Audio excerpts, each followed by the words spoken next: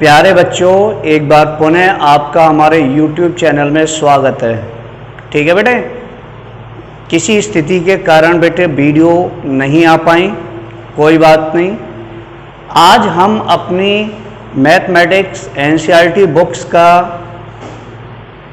Topic स्पर्श रेखा अविलंब लेते हैं। एक्सरसाइज बेटा ये 6.3 है, क्लास आपकी 12th, सही है ना।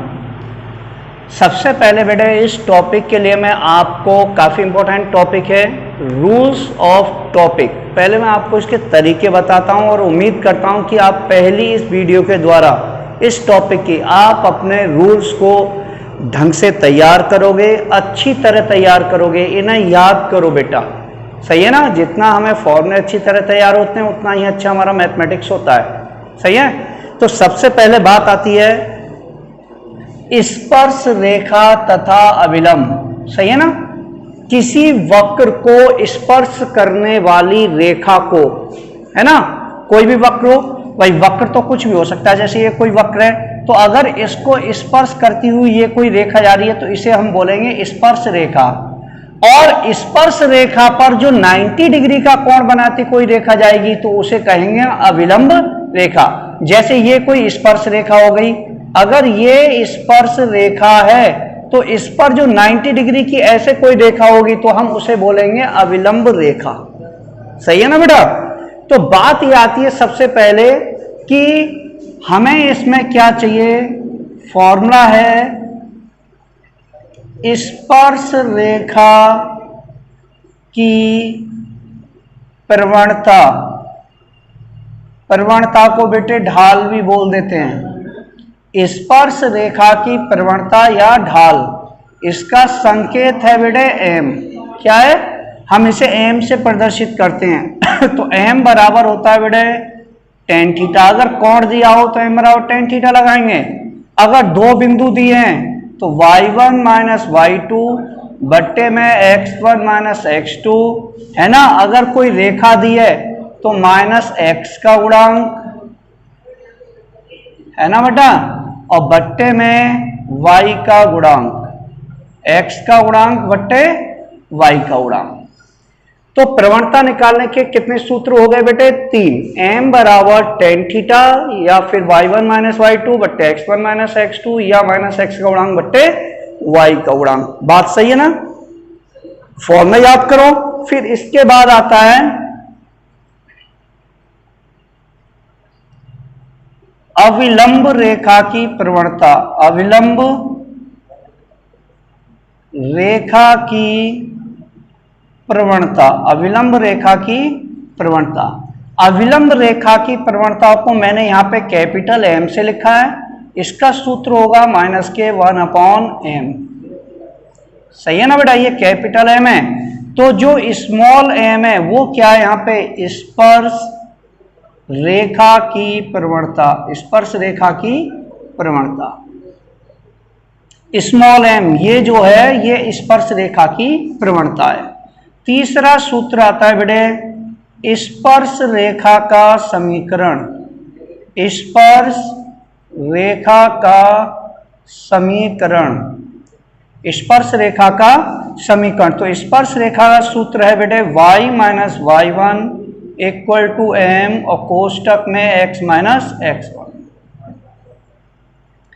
ये फॉर्मूला हो गया बेटा स्पर्श रेखा का समीकरण का। अगर आपसे कोई पूछता है कि अविलंब रेखा का समीकरण बताओ, अविलंब रेखा का समीकरण, अविलंब रेखा का समीकरण, तो बेटे अविलंब रेखा के समीकरण का फॉर्मूला है y minus y1 equal to minus के 1/m x माइनस x1। अंतर कुछ नहीं है इसमें, यहाँ पे m आता है बेटा, यहाँ पे क्या आएगा माइनस के 1/m, बाकी सब सेम टू सेम।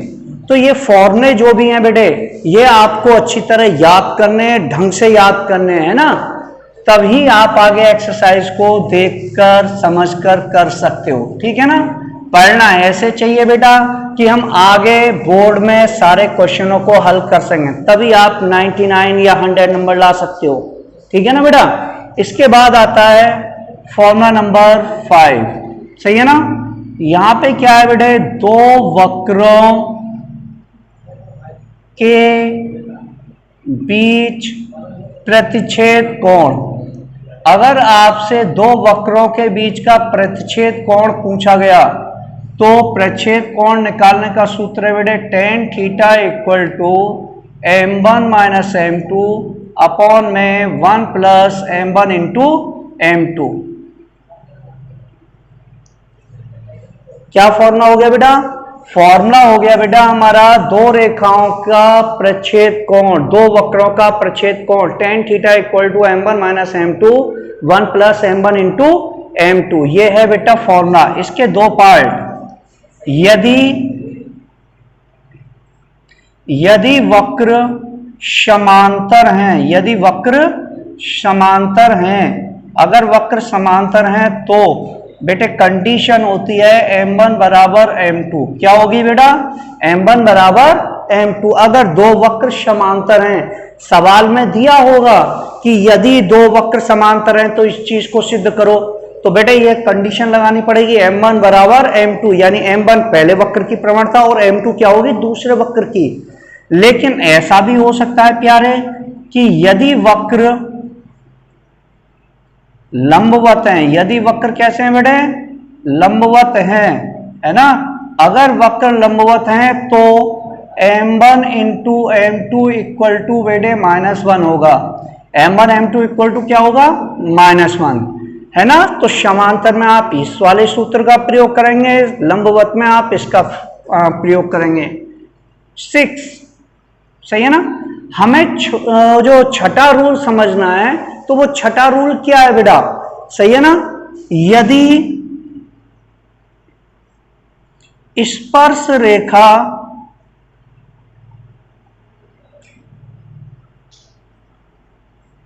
x अक्ष के समांतर है, यदि स्पर्श रेखा x अक्ष के समांतर है, तो आप बताओ भाई x अक्ष के समांतर कैसी होगी बेटा। जैसे ये कोई x अक्ष है, ये हमारा y अक्ष है, तो बात को समझना है यहाँ पे बेटे, दो कंडीशन में भी बोल सकता है, मैं समझा रहा हूं उसको।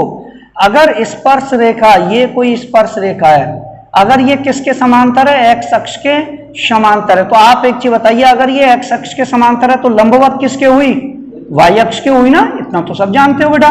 तो यदि स्पर्श रेखा x अक्ष के समांतर है तो यहाँ पे या करके भी आप लिख सकते हो, या y अक्ष के लंबवत, y अक्ष के लंबवत। तो दो चीज हो गई, अगर x अक्ष के समांतर है तो y अक्ष के क्या होगा, लंबवत होगा। तो यदि स्पर्श रेखा x अक्ष के समांतर है तो कंडीशन होगी बेटे dy upon dx equal to 0। क्या होगी, dy upon dx equal to 0। ये इसका फर्स्ट पॉइंट है ना। सेकंड पॉइंट, सही है ना। सेकंड पॉइंट में ऊपर लिखता हूं बेटा,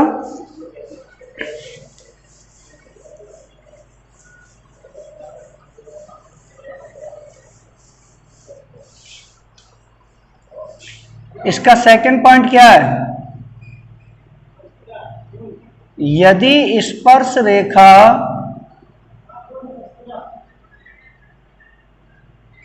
y अक्ष के समांतर है, y अक्ष के समांतर है ना। अब आप बताइए बेटे, ये कोई आपके एक्सिस हो गई, ये x अक्ष है, ये y अक्ष है, तो y अक्ष के समांतर या तो यूं होगा बेटा या फिर यूं होगा। बात समझ रहे हो। तो आप इतना जानते हो कि अगर कोई रेखा y अक्ष के समांतर, तो अब वो लंबवत किसके हो गई, वो लंबवत हुई x अक्ष के। तो यहाँ पे y अक्ष के समांतर हो सकता है, या फिर क्या होगा, x अक्ष के लंबवत,